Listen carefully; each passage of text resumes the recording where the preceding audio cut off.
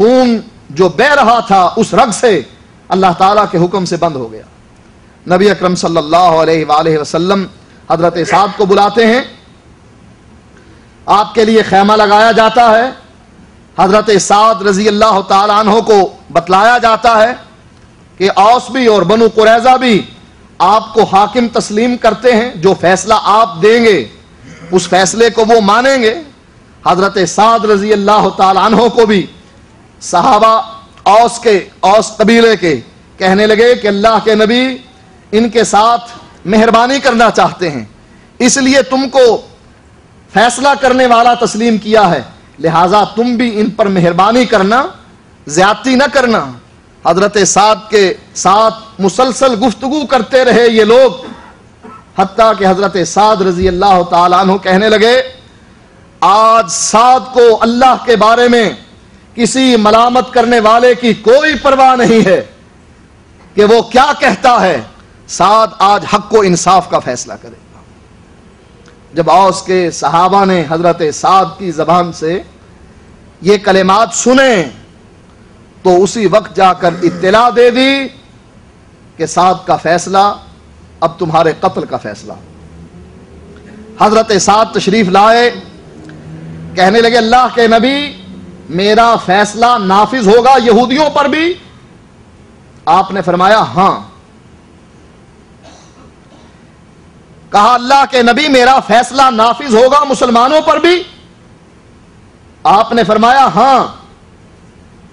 حضرت سعد ادب سے اپنی نگاہ کو نیچے رکھتے ہیں اور کہتے ہیں اے اللہ کے نبی جو لوگ یہاں پر موجود ہیں، اور اشارہ تھا اللہ کے نبی پر، اللہ کے نبی کی طرف، اے اللہ کے نبی یہ بات تو آپ نے بتلا دی کہ یہودیوں پر، بنو قریظہ کے لوگوں پر بھی میرا فیصلہ نافذ ہوگا، مسلمانوں کو بھی میرا فیصلہ ماننا پڑے گا۔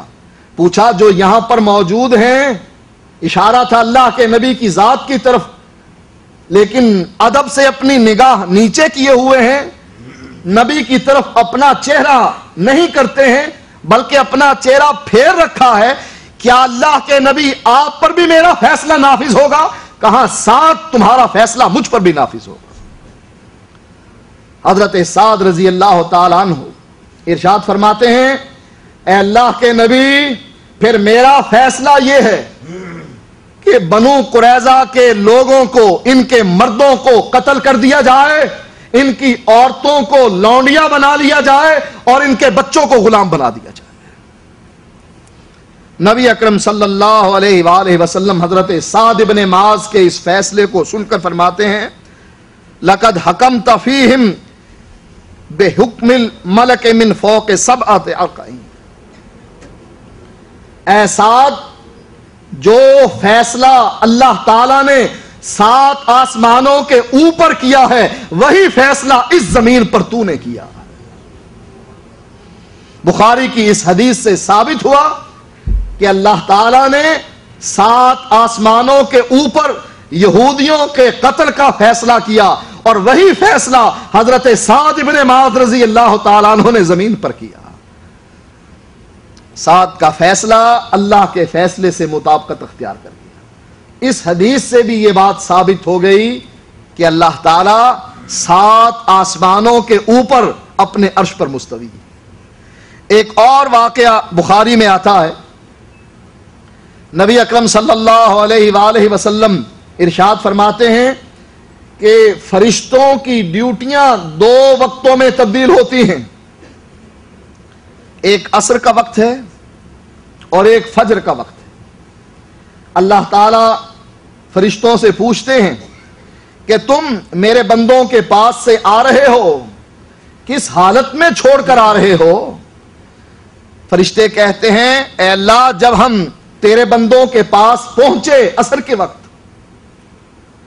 اس وقت وہ نماز پڑھ رہے تھے، اور اے اللہ جب ہم تیرے بندوں کے پاس سے آئے تیرے پاس فجر کے وقت، وہ اس وقت بھی نماز پڑھ رہے تھے۔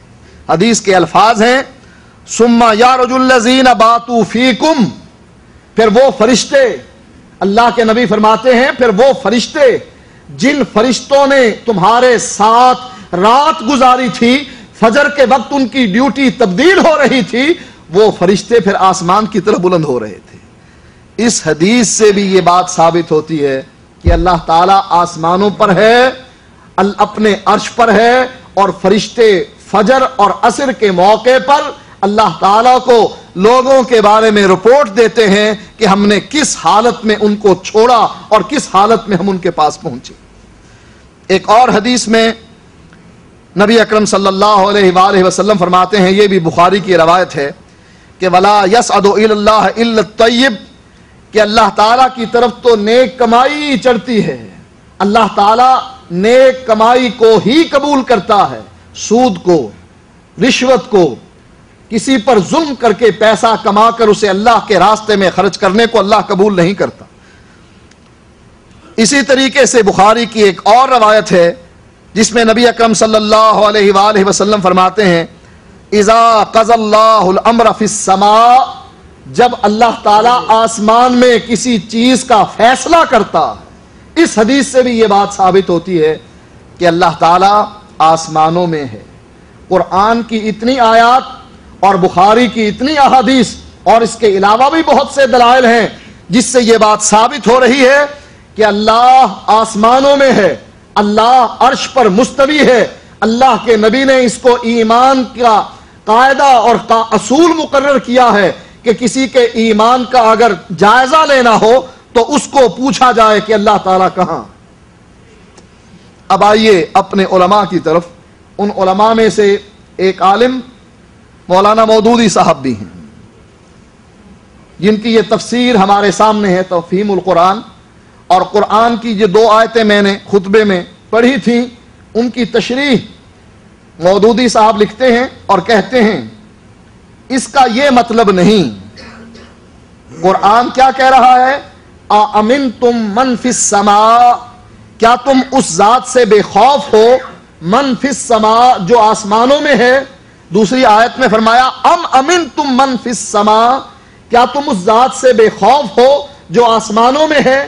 اللہ نے دونوں آیتوں میں اپنا آسمان میں ہونا ثابت کیا ہے۔ اب مودودی صاحب کہتے ہیں اس کا یہ مطلب نہیں کہ اللہ تعالی آسمانوں میں رہتا۔ اللہ فرماتا ہے میں آسمانوں میں ہوں، اور مودودی صاحب کہتے ہیں اس کا یہ مطلب نہیں کہ اللہ تعالیٰ آسمان میں رہتا ہے، بلکہ یہ بات اس لحاظ سے فرمائی گئی کہ انسان فطری طور پر جب خدا سے رجوع کرنا چاہتا ہے تو آسمان کی طرف دیکھتا ہے۔ فطرت کیا ہے کہ جب انسان اللہ کی طرف رجوع کرنا چاہے تو کدھر دیکھتا ہے؟ آسمان کی طرف۔ فطرت کیا ہے کہ بندہ اللہ کو آسمان میں سمجھتا ہے، اس لیے اللہ کی طرف دیکھتا ہے۔ اور اگر فطرت اللہ کو آسمان پر مانتی ہے تو غیر فطرت کیا ہے؟ اللہ کو ہر جگہ ماننا۔ انسان کی فطرت کیا ہے؟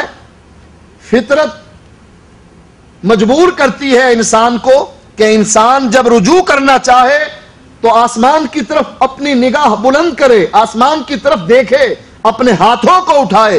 مودودی صاحب نے یہ بات مان کر کے فطرت تو یہی ہے کہ اللہ کو آسمان میں مانا جائے، لیکن غیر فطرتی بات یہ ہے کہ اللہ تعالیٰ کو ہر جگہ مانا جائے۔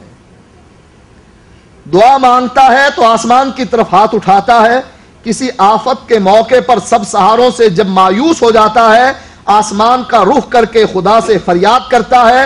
کوئی ناگہانی بلا آ پڑتی ہے تو کہتا ہے یہ اوپر سے نازل ہوئی ہے، غیر معمولی طور پر حاصل ہونے والی چیز کے متعلق کہتا ہے یہ عالم بالا سے آئی ہے۔ اللہ تعالیٰ کی بھیجی ہوئی کتابوں کو کتب سماوی یا کتب آسمانی کہتا ہے۔ ابو داؤد میں حضرت ابو ہریرہ کی روایت ہے کہ ایک شخص ایک کالی لونڈی لے کر رسول اللہ صلی اللہ علیہ وسلم کی خدمت میں حاضر ہوا اور عرض کیا کہ مجھ پر ایک مومن غلام آزاد کرنا واجب ہو گیا ہے، کیا میں اس لونڈی کو آزاد کر سکتا ہوں؟ حضور نے اس لونڈی سے پوچھا اللہ کہاں ہے؟ اس نے انگلی سے آسمان کی طرف اشارہ کر دیا۔ حضور نے پوچھا میں کون ہوں؟ اس نے پہلے آپ کی طرف اور پھر آسمان کی طرف اشارہ کیا، جس سے اس کا یہ مطلب واضح ہو رہا تھا کہ آپ اللہ کی طرف سے آئے ہیں۔ اس پر حضور صلی اللہ علیہ وسلم نے فرمایا اسے آزاد کر دو، یہ مومنہ